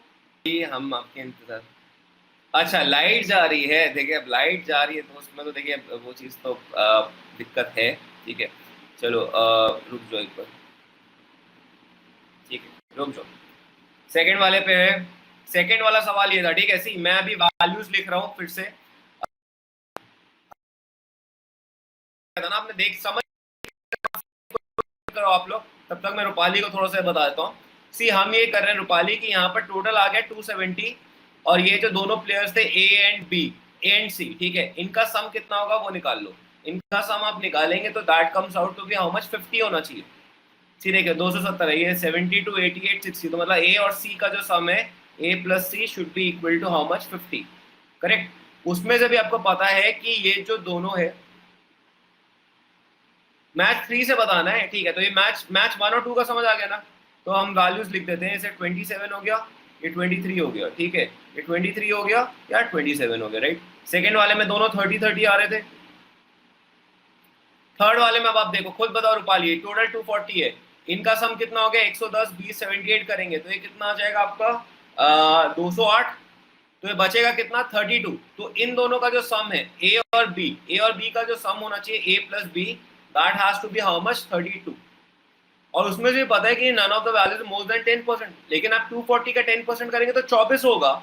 लेकिन ये भी पता आपको कि जो run scored by the two lowest scorers in that match, ये जो दोनों है वो लोएस्ट स्कोरर्स हैं, तो 20 से कम होना चाहिए, तो मैं मैक्सिमम इसे 19 दे सकता हूँ। तो ये अगर 19 होगा तो ये वैल्यू 13 हो जाएगी, ये 13 होगी तो ये 19 हो जाएगी, करेक्ट, समझ आएगी बात। और इस वाले में फोर्थ मैच में आप करेंगे तो फिर से क्या हो जाएगा, फोर्थ मैच में सबको आप ऐड कर दो, कितना हो गया 161 मतलब इन दोनों का जो सम है इन दोनों का वो कितना आना चाहिए 39। 200 का 10% कितना हुआ 20 से छोटा होना चाहिए, तो मैक्सिमम वैल्यू क्या ले सकता है 19, right, sorry not more than, तो 20 ले सकता मैक्सिमम वैल्यू, तो 20 ये 19 ये 19 ये 20, ठीक है।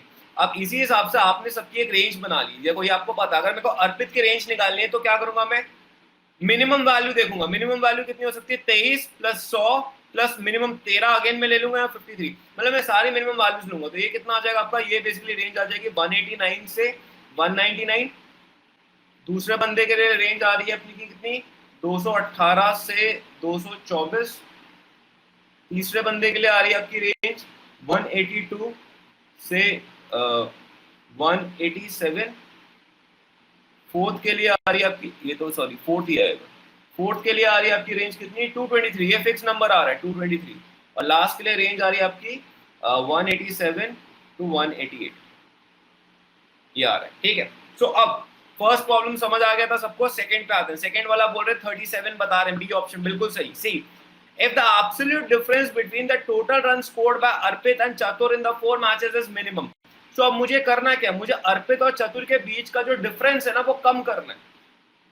अब आप इधर देखिए, अर्पित और चतुर को देखिए, इनके बीच का डिफरेंस कब कम हो सकता है। सी, आप अगर आप इन दोनों को बस ऐसे देखें तो आप सीधी सी बात बता सकते हो ना कि अर्पित जो है वो चतुर से ज्यादा स्कोर किया है। सी, इसका जो मिनिमम नंबर है 189, वो इसके मैक्सिमम से ज्यादा है।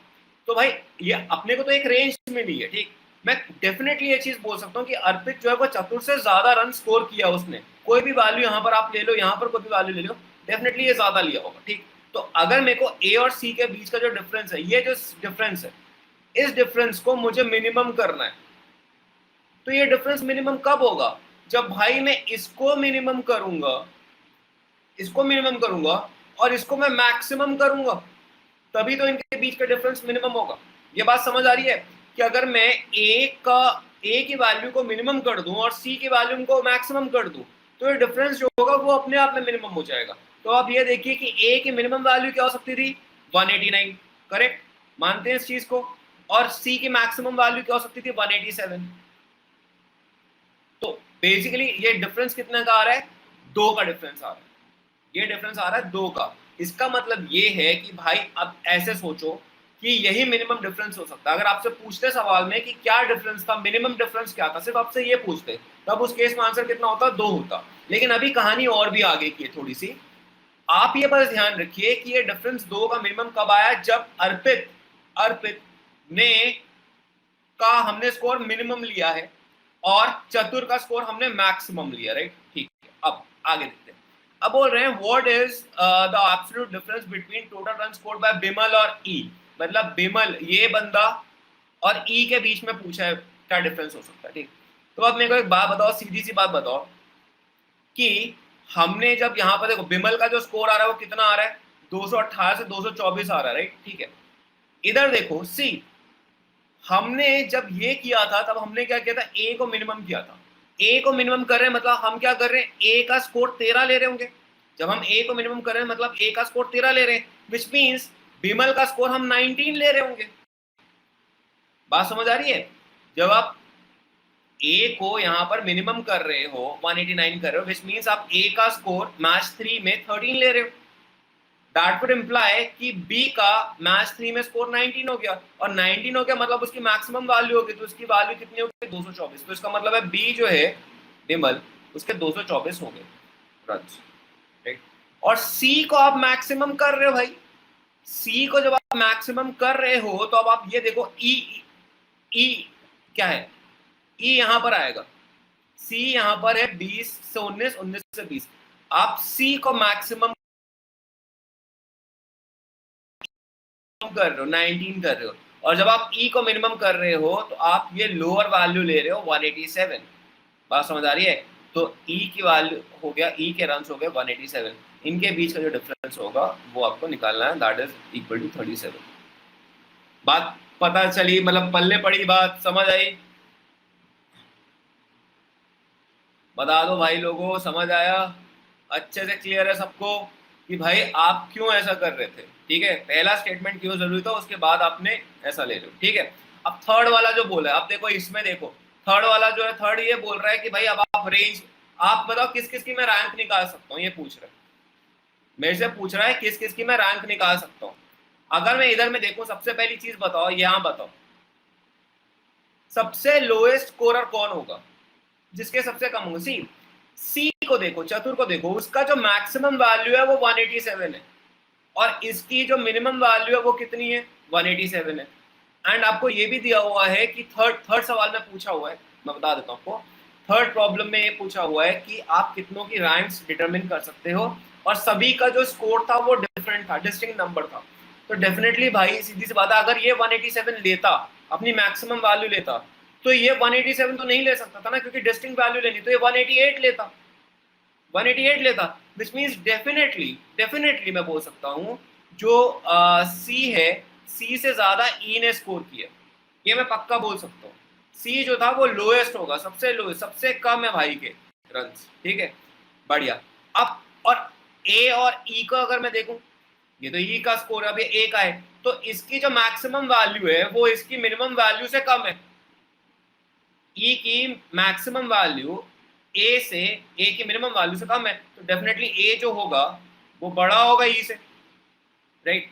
अब आप यहां पर देखो इसकी मैक्सिमम वैल्यू कितनी होगी 194, बी की देखो, बी की मिनिमम वैल्यू 218 है और ये तो 223 है, तो डेफिनेटली ये जो दोनों है बी और डी, बी एंड डी, ये दोनों जो है ए से बड़े हैं। तो ये तो समझ आ गया अपने को भाई, सबसे लोएस्ट सी हो गया, फिर ई हो गया, फिर ए हो गया, उससे ऊपर बी और डी हो गए। अब बी और डी में अगर मेरे को ऑर्डर देखना है, बी और डी के बीच में ऑर्डर देखना है, तो मैं नहीं बता सकता। देखो बी जो है वो 218 से 224 के बीच में ले रहा है और डी जो है वो एक फिक्स 223 ले रहा है।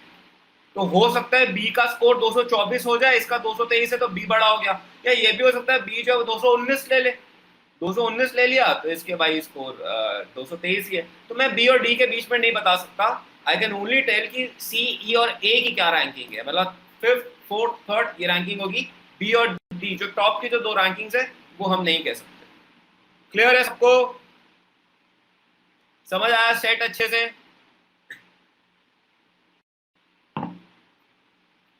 ठीक है, चलिए फिर आगे चलते हैं, नेक्स्ट सेट करते हैं हम लोग।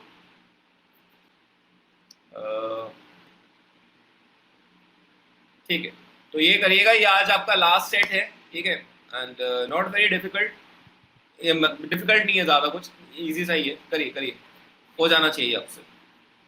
ठीक है, फर्स्ट का बी है, देख लेते हैं सोल्यूशन, देख लेते हैं हम लोग।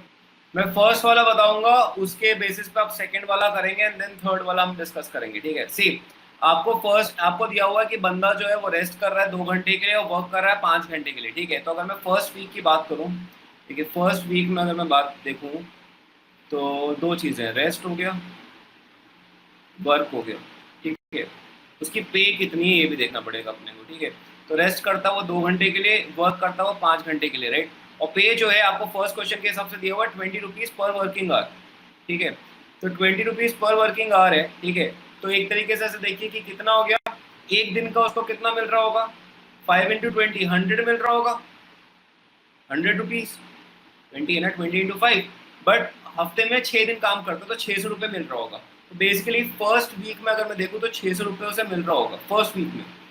सेकेंड वीक में क्या हुआ, ये पैटर्न जो था वो इंटरचेंज हो गया। अब ये 5 घंटे उसने वर्क कर 5 घंटे उसने रेस्ट किया और 2 घंटे वो काम करता है, और अब जो पे मिल रही है उसको आधी मिल रही। सी, आपको दिया हुआ है his wage per hour is twice what he earns per hour when he rests longer than he works.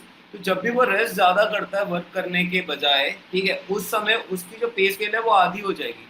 तो अब ये कितनी हो जाएगी, 10 रुपये हो जाएगी। तो अब उसे दिन का कितना मिल रहा था, 20 रुपीज़। तो 20 को 6 से मल्टीप्लाई कर देंगे, इस पूरे हफ्ते में कितना मिल जाएगा उसे, 120। तो ऐसे देखिए नेक्स्ट वीक में फिर से वही पैटर्न ये रिपीट होगा, तो अब उसे फिर से वापस कितना मिल जाएगा, 600 मिल जाएगा। नेक्स्ट वीक में कितना मिल जाएगा, 120। तो ओवरऑल कितना हो गया, 600 600 1200 1200 और 240, तो कितना आ गया आपका 1440, करेक्ट। तो ये हो गया आपका आंसर बी, ठीक। अब आपको पूछा है, नेक्स्ट वाले सवाल में पूछा है कि आपको एवरेज निकालना है 4 महीने की। तो देखो फर्स्ट मंथ का तो आप निकाल लिए, आप ऐसे सेकेंड मंथ जो होगा वो 5th वीक से स्टार्ट होगा, फिर से ये जो कहानी किया वापस इसमें करिए, ये थर्ड मंथ के लिए चालू होगा, ये 4th मंथ के लिए रहेगा। इसका मतलब है 0, वो बंदा जो है 0 रेस्ट कर, 0 आवर्स का रेस्ट कर रहे हैं, ठीक है। तो इस तरीके से आप करेंगे तो आपका उसका भी आंसर आ जाएगा। बात समझ आ रही है? फर्स्ट प्रॉब्लम क्लियर है सबको? फर्स्ट अगर क्लियर है तो उसी बेसिस पे सेकंड भी करना है। सेकंड में क्या करना है आपको, अब देखो फर्स्ट मंथ का, अब मैं प्रॉब्लम दिखा देता हूं आपको क्या है। प्रॉब्लम बेसिकली ये बोल रही है, referring to the data given in the first question. First question में डेटा क्या दिया हुआ है कि उसको 20 रुपए पर घंटे मिलता था, पर आवर, ठीक है। ऐसे वीक में जहां वो काम ज्यादा करता था रेस्ट कम करता था, ठीक है। आपको बताना है Bankat Lal average monthly salary at the end of the first 4 months. तो आपने फर्स्ट मंथ का तो निकाल लिया, फर्स्ट मंथ का आपकी कितनी सैलरी आई थी एवरेज, 1440। ऐसे आप सेकेंड मंथ की निकालोगे फिर आप थर्ड की निकालोगे, फिर आप फोर्थ की निकालोगे, राइट। निकाल सकते हैं ना हम लोग ये। सेकेंड मंथ की कितनी आ रही है सैलरी टोटल, जिसने निकाला है सेकेंड मंथ की कितनी आ रही है? 2040 आ रही है क्या? रितेश बोल रहा है 2040 आ रही है सेकेंड मंथ की, बढ़िया। थर्ड मंथ की कितनी आ रही है? 1920, बढ़िया। और फोर्थ मंथ की कितनी आ रही है? फोर्थ की भी 1920 आ रही है, बढ़िया, गुड, ठीक है। तो बेसिकली आपको ये चारों पता चल गया। एवरेज निकालना क्या, सबको ऐड कर दो, डिवाइड बाय 4 कर देंगे तो अपने एवरेज आ जाएगा। कितना आंसर आ रहा है? आप सी बता रहे हैं 1830 आ रहा है क्या? ठीक, बढ़िया। तो ये सेकंड का भी अपना सवाल हो जाएगा ऐसे, ठीक है। अब आते हैं हम लोग थर्ड प्रॉब्लम पे, ठीक है। थर्ड वाला क्या बोल रहा है? थर्ड बोल रहा है आपको कि अपना डिडक्शन भी हो रहा है। The new manager stipulated that ₹5 be deducted for every hour of rest and ₹25 be paid per hour starting 9th week. अच्छा, 9th week मतलब थर्ड महीने की बात हो रही है ना, थर्ड वीक की बात हो रही है। थर्ड वीक में अगर आप थर्ड मंथ की बात हो रही है, ठीक है। तो आप ऐसे देखिए कि अब इसमें ऐसे लिख देते हैं अपन, रेस्ट हो गया, वर्क हो गया, ठीक है, जिसको पे मिल रहा होगा, और एक होगा डिडक्शन भी तो हो रहा है ना उसका, ठीक है। तो ऐसे देखिए, इसमें वो पहले रेस्ट 4 घंटे कर रहा है, वर्क 6 घंटे कर रहा है, और पे जो है अब आपको कितनी मिल रही है? उसको 25 रुपए मिल रही है, 25 रुपीज मिल रही है, राइट। तो और डिडक्शन कितने का? 5 रुपए का डिडक्शन है for every hour of rest. तो ऐसे देखिए 25 रुपए पर घंटे, वर्क कितना क्या है? 6 घंटे, तो इंटू 6 हो जाएगा, which is basically equal to 150। और डिडक्शन कितना हो गया? Deduction is basically 6 into 5, sorry 4 hours of rest है ना, तो 4 इंटू 5, तो कितना हो गया? 20 रुपीज हो गया, ठीक है। बात समझ आ रही है? 25 था, इंटू 6 कर दिया, 150 हो गया, क्योंकि 6 घंटे काम किए तो 150 रुपए उसे मिले। और डिडक्शन लिखा हुआ आपको कि 5 रुपए का डिडक्शन है for every hour of rest. Rest वो 4 घंटे कर रहा है, 5 रुपए डिडक्शन मतलब 20, तो इफेक्टिवली उसको कितना रुपए मिल रहा है? 130 रुपए मिल रहा है। ये कौन से वाले में? 9th वाले वीक में, मतलब first week of the third month, right. एक ही बात है। अगले में क्या हो जाएगा? अब ये रिवर्स हो जाएगा, मानते हैं इस चीज को। अगले में हो जाएगा आपका, ये रेस्ट के आवर्स 6 हो जाएंगे, वर्क के आवर्स कितने हो जाएंगे? 4 हो जाएंगे। अब जो पे है, पे आधी हो जाएगी, तो कितनी हो जाएगी? 12.5 हो जाएगी, ठीक। लेकिन जो डिडक्शन है वो 5 रुपए का ही रहेगा, 5 रुपए का ही रहेगा डिडक्शन। तो ओवरऑल अब उसे कितना मिल रहा है? 12.5 into 4 which is equal to how much? 50। और डिडक्शन कितना हो रहा है? अच्छा, ये सॉरी, ये 130 तो एक दिन का था उसका, इस वीक में 130 एक दिन का था, इंटू 6 भी करेंगे अपन, ठीक है। और यहाँ पर देखो पर डे का अगर हम देखें तो 12.5 रुपए उसको मिल रहे हैं, 4 घंटे काम करने में 50 मिल रहा है, और डिडक्शन कितना हुआ? 6 इंटू 5 कर देंगे विच इज 30, तो बेसिकली 20 रुपए मिला। 6 दिन तक मिलेगा तो कितना हो गया? 120। बेसिकली कितना हो गया? 120 प्लस 1/3, नहीं सॉरी, ये तो 120 ही हो गया, फिक्स्ड हो गया। और ये वाले वीक में कितना था? 130 इंटू 6 विच इज 780, तो 780 इसको हम डबल कर देते हैं। रीजन नहीं कि अभी हमने 2 हफ्ते का निकाला है, उसके बाद अगले 2 हफ्ते का कर लेंगे। 12.5 इसलिए ही ना, रीजन नहीं कि आपको दिया हुआ था जो नेक्स्ट आधी हो जाती है सैलरी। अभी जो पे रेट था वो अब आधा हो जाता है, जैसे हमने 20 का 10 किया था ना, वही चीज अभी भी हो रही है, ठीक है। तो ये कितना हो गया? 900 इंटू 2 1800 हो गया। तो अब उसको कितना मिल रहा है? इस अरेंजमेंट के हिसाब से उसको मिल रहा है 1800 रुपीज। और जब ये अरेंजमेंट नहीं था तो हमने कैलकुलेट किया था ना, कितना आया था? मेरे ख्याल से था 1920, आप बता रहे थे 1920 माइनस 1800 कर देंगे हम लोग, ठीक है। तो कितने का डिफरेंस आया? ये डिफरेंस आ गया 120 का, तो आंसर आ जाएगा 120। पहले बड़ी चीज आपको देखो, थोड़ा सा इसमें ध्यान रखना पड़ेगा, बस गलती नहीं करना आपको। पे स्केल आधा हो गया, इंटू 6, ये नंबर ऑफ डेज का गलती होने की चांसेस है। जैसा विदुल है, विदुल ने सारे ही गलत बताए थे स्टार्टिंग में, जबकि इजी था, ठीक है। प्रॉब्लम कोई मुश्किल नहीं था, जो पहला सवाल था वो तो बहुत ईजी था, 1 महीने का निकालना था। आप पहले दूसरे हफ्ते का निकालो, उसे इंटू 2 कर दोगे, ठीक है। तो बस केयरफुल होने का मतलब था इसमें, ठीक। सो आई होप कि सभी को क्लियर है, समझ आया। हमने जो सेट्स डिस्कस किए सबको क्लियर है, 5 सेट्स हमने डिस्कस किए। कोई लोड किसी को समझ आ गया? ठीक है।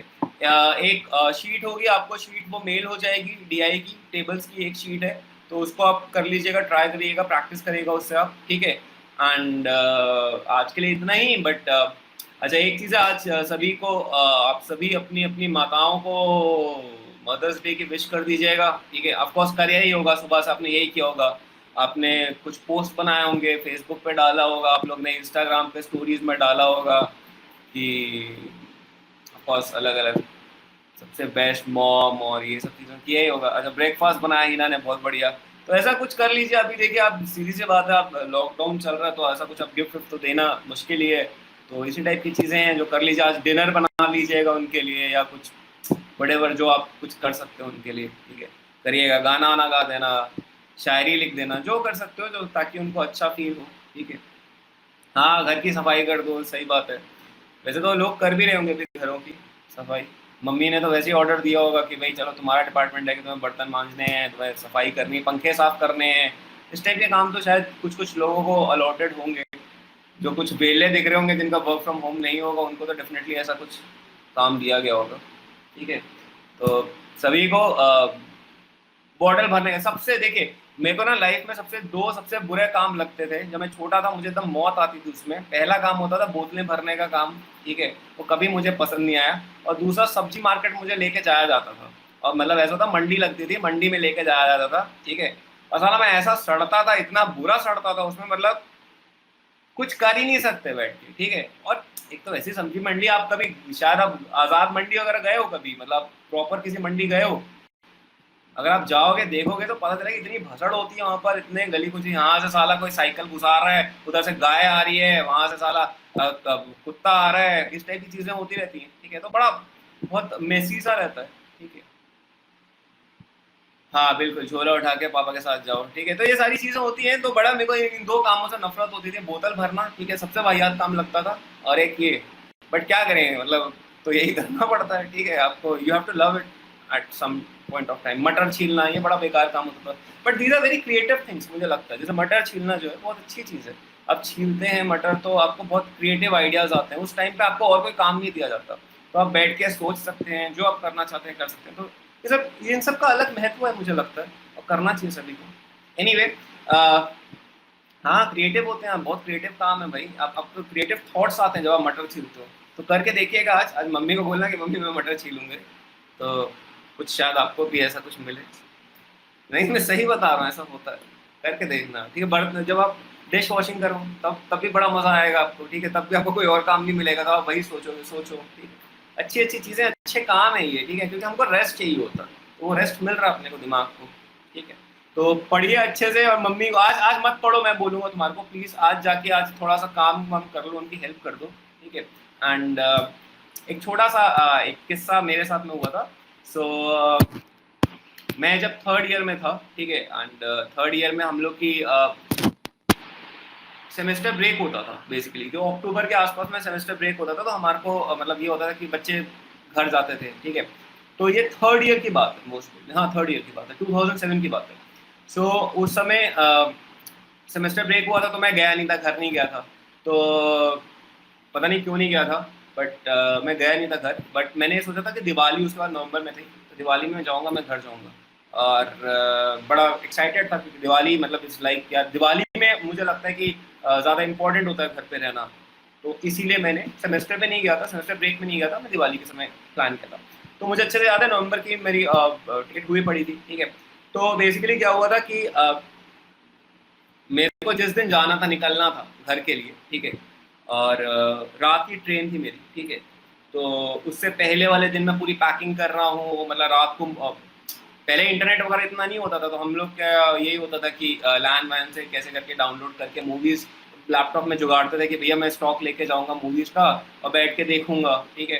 तो खाऊंगा पीऊंगा, ये सब चीज़ें, मतलब घर पे जाओ तो ये सब चीज़ें करते हो, और क्या करते हो आप। तो ये सारी चीज़ें मैं इकट्ठी कर रहा था, रात को 2 ढाई बज गया था, वेरी एक्साइटेड था मैं कि घर जाना है, ठीक है। और उसके बाद क्या हुआ, सुबह 5:30 बजे के आसपास में, ठीक है, मैं सो रहा हूँ, 5:30 बजे के आसपास में मुझे कॉल आता है, मेरे जीजू का कॉल आया, एंड ही सेड कि यार नीरज देखो ना, मेरी ट्रेन थी, बोले ट्रेन रात की थी इनफैक्ट, ठीक है। तो उन्होंने बोला कि यार देखो ना, फ्लाइट पकड़ के आना पड़ेगा, और मम्मी की तबीयत ठीक नहीं है। तो आई वाज लाइक यार मतलब मैं तो आ ही रहा हूँ, अब मम्मी की तबीयत ठीक नहीं है तो मतलब मैं अब जैसे मतलब मैं पहुंच ही रहा हूँ, ट्रेन से आ रहा हूँ, बट देन फ्लाइट से आने का मतलब इतनी अर्जेंसी, अगर आपको लेकर आनी, देखो रुड़की से पहले आप वहाँ पर आओगे, दिल्ली आओगे, फिर पकड़ के आओगे, फ्लाइट पकड़ के आओगे, ठीक है, जो भी है मतलब मेरे को लगा कि यार ऐसा क्यों हो रहा अचानक से। सुबह 5:30-6 बजे की बात थी, ठीक है, एंड मुझे उनकी बात ना थोड़ी सी अजीब सी लगी। मैंने क्या किया, मैंने ना घर पे पापा को कॉल किया, एंड जब मैंने कॉल किया 6 बजे के आसपास की बात है, तो जब मैंने उनको कॉल किया तो ही वॉज क्राइंग। तो मैंने पूछा कि क्या हो गया पापा, मतलब, तो ही सेड कि यार मम्मी नहीं रही। तो आई वॉज लाइक मेरे ज़मीन जो होती है ना, एक्चुअली में ज़मीन खसकती है, ठीक है, मेरे दोस्त लोग भी उठ गए थे, मैं फेंट होके गिर गया। तो फिर थोड़ी देर बाद मतलब उन्होंने पानी वानी डाला, एंड देन लाइक सेंसेस पे लेकर आए, तो मेरे को रियलाइज हुआ उस मोमेंट पे कि अभी उन्होंने मुझे बोला कि बीमार हैं, तो आई वाज लाइक थोड़ा सा हो गया जब मुझे ये पता चला कि मतलब एक होता है ना एक बात कि आपको मौका ही नहीं मिला बात करने का, एंड आई न्यू कि मैं 4 या 5 दिन पहले क्लास कॉन्वर्सेशन हुई थी उनके साथ में, एंड वो भी ऐसी हुई थी कॉन्वर्सेशन की बात हो रही है, मैं शायद कुछ कुछ खेल रहा था या क्या था, मम्मी को कॉल है, मैं बोला मम्मी हाँ मैं करता हूँ, ठीक है खाना खा लिया, हाँ बढ़िया था, सब सही है, चलो बाद में बात करते हैं। This was my last conversation with her, right. And then it so happened कि मैं सोच रहा हूँ कि हाँ मैं घर जाऊँगा, घर में उनका मिलूंगा, बात करूँगा, ये सब, and I didn't have that opportunity. मुझे उसके बाद दोबारा मिली नहीं, मतलब उनकी आवाज़ सुनने के लिए मैं तरस गया, फ़ोन पे कॉल नहीं आता था। तो it was very tragic for me, और मैं थर्ड ईयर में था, थर्ड ईयर कोई इतना ज़्यादा बड़ा तो नहीं होता, यू आर लाइक आप मेच्योर तो होते हो उस समय, आपको पता नहीं होता, और अचानक से ये चीज़ें हो जाती है। तो वक्त के साथ में ना इंसान ये सब चीज़ें जब होती हैं तो झटके मिलते हैं तो काफ़ी वो मेच्योर हो जाता है। तो आई डोंट नो, मतलब आप लोग, I really feel you guys are fortunate, and हर कोई चाहता है यार, देखो पता है क्या है, अभी आप लोग ना बच्चे हो, ठीक है, आपके ऊपर एक छत है, आपके साथ माँ बाप हैं, ठीक है, यू हैव समवन जो कि आपको आप ही की तरह लेता है, मतलब आप कुछ भी करो, आप फेलियर हो, आप कुछ भी हो, मतलब यू नो आप सक्सेसफुल हो गए, फेलियर हो गए, आपको कोई कुछ भी बोल रहा होगा, बुली कर रहा होगा, या वक्त की मार पड़ रही होगी, what ever you have things, right, आप उनके पास जा सकते हैं, and they'll treat you the way you are, मतलब उनको उनसे कोई मतलब नहीं है। बट फॉर दोस्त जिनके पास ये चीज़ नहीं होती, उनको बहुत बड़ा होना पड़ता है, उनको मेच्योर्ड होना पड़ता है चीज़ों में, and they have to like accept everything. मैं आज मुझे ऐसा लगता है कि आज ऑफ कोर्स अब बहुत सारे ब्रेक डाउन्स होते हैं, बहुत ऐसे मोमेंट्स होते हैं जहाँ आपको आप बहुत छोटा फील करते हो, आपको बहुत डिसअपॉइंटमेंट्स मिलते हैं, ठीक है, मैं उस मोमेंट पे मैं मेरे पास कोई नहीं है, मैं कहीं जा नहीं सकता, किसी के पास कोई शोल्डर नहीं है जिस पे जाके मैं ऐसा रख के रो सकूँ, ठीक है। तो आई रियली फील कि यार देखो आपके पास में है, यू हैव योर पेरेंट्स, ठीक है, वो आपकी सबसे बड़ी ताकत है, ठीक है, आप जा सकते हो उनके पास में, वो बच्चा बन के जा सकते हो, आपको कुछ, आपको यू नो मैनिपुलेटिव नहीं होने की जरूरत है, या आपको दिमाग नहीं लगाना, आपको सोचना नहीं है, आप you can be the way you are. तो जाओ उनके साथ में टाइम स्पेंड करो, एंड रियली मतलब वो सबसे बड़ी ताकत है आपकी, तो जो है आपके पास में, तो उनका ध्यान रखिए आप, ठीक है। एंड एनीवे सभी को मेरी तरफ से प्लीज़ अपनी मदर्स को विश करिएगा, ठीक है, एंड उनको अच्छी सेहत दे, उनका ध्यान रखिए इस पॉइंट ऑफ टाइम पे, क्योंकि आप जानते हैं कि हेल्थ अभी इस समय एक बहुत बड़ा इशू है, ठीक है, तो उस पर पूरा एकदम बखूबी ध्यान देने का मौका दीजिए, ठीक है, and make her feel good today if you can. चलिए एनीवे ज़्यादा इमोशनल होने की जरूरत नहीं है, जाइए पढ़ाई, 8 बजे आपका सेशन है, 8 बजे आपको सेशन को अटेंड करना है, ठीक है। So till then bye bye, खाना वाना खा लीजिए, लंच कर लीजिए, ठीक है, चलिए बाय बाय, थैंक यू।